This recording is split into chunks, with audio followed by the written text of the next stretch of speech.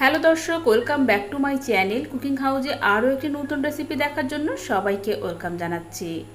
আজকের পর্বে শেয়ার করব সম্পূর্ণ আনকমন করলা দিয়ে একটি অসাধারণ স্বাদের রেসিপি। আশা করি রেসিপিটি আপনাদের ভালো লাগবে। পুরো রেসিপিটি দেখার আমন্ত্রণ জানিয়ে এখন চলে যাচ্ছে মূল রেসিপিতে।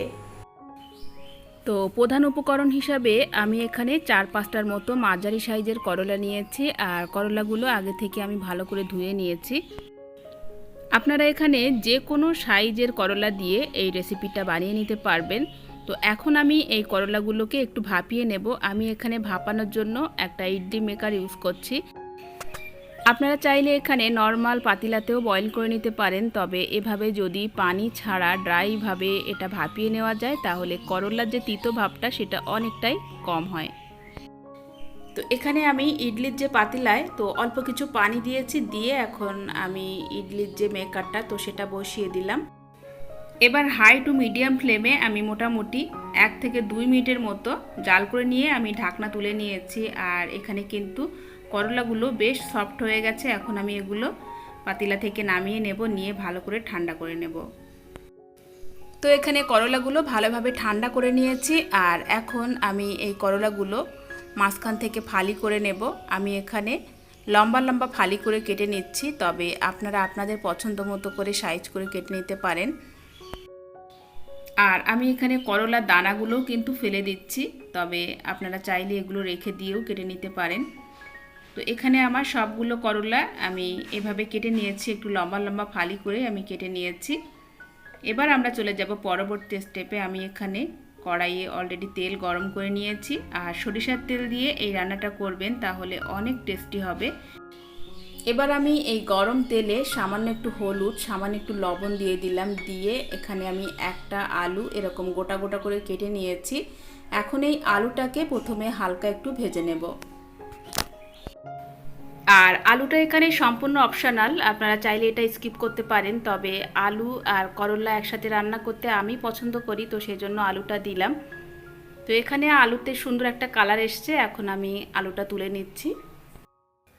তো আলুটা এভাবে ভেজে নিলাম। এখন আমি দিয়ে দিচ্ছি আগে থেকে ভাপিয়ে রাখা করলা। তো এখন করলাগুলোকেও আমি হালকা করে একটু ভেজে নেব।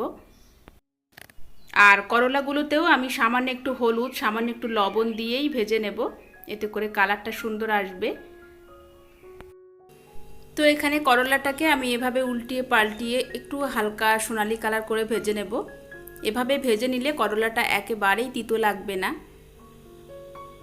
তো এখানে করলাটা কিন্তু ভাজা হয়ে গেছে, এরকম কালার করেই আমি এখন করলাগুলো তুলে নেব। এবার আমি এই কড়াইয়ে দিয়ে দিলাম আরও 2 টেবিল চামচ পরিমাণ সরিষার তেল। এখন মিডিয়াম সাইজে 2টো পেঁয়াজ কুচি দিয়ে দিলাম। পেঁয়াজগুলোকে একটু ছোট ছোট করে কুচিয়ে নিতে হবে। এবার এই পেঁয়াজটাকেও আমি হালকা ব্রাউন কালার করে ভেজে নেব। তো এখানে পেঁয়াজটাকে আমি এভাবে ভেজে নিয়েছি, আর এখন দিয়ে দিলাম 2টো মিডিয়াম সাইজের টমেটো কুচি। টমেটো কুচিটা দিয়ে এখন পেঁয়াজ আর টমেটোটাকে ভালো করে একটু কষিয়ে নিলাম। এবার আমি দিয়ে দিচ্ছি স্বাদ মতো লবণ। এই সময় লবণটা দিলে টমেটোটা খুব ভালোভাবে গলে যাবে। এবার আমি এখানে একটা বাটা মশলা দিয়ে দিচ্ছি। এখানে আমি ছোট্ট টুকরো আদা, সামান্য একটু গোলমরিচ, সামান্য একটু গোটা জিরা আর একটা কাঁচা লঙ্কা আমি শিলে বেটে নিয়েছি, তো সেটা এখন দিয়ে দিলাম। দিয়ে দিচ্ছি সামান্য একটু ধনিয়ার গুঁড়ো, 1/2 চা চামচ পরিমাণ দিয়ে দিচ্ছি কাশ্মীরি লঙ্কার গুঁড়ো।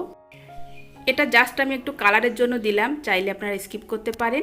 এরপর দিয়ে দিচ্ছি সামান্য একটু হলুদের গুঁড়ো, দিয়ে এখন পুরো মশলাটাকে 1 মিনিটের মতো ভালো করে কষিয়ে নেব। তো এভাবে মোটামুটি আমি 1 মিনিটের মতো মশলাটাকে ভালো করে কষিয়ে নিয়েছি। আর এখন দিয়ে দিচ্ছি 1/2 কাপ পরিমাণ পানি। পানিটা দিয়ে আমি ভালো করে নাড়াচাড়া করে আবারও 1 থেকে 2 মিনিটের মতো ভালো করে মশলাটাকে কষিয়ে নিতে হবে, যতক্ষণ না মশলা থেকে তেল ছেড়ে দেয়। তো এখানে মশলাটা একদম পারফেক্ট রেডি হয়ে গেছে।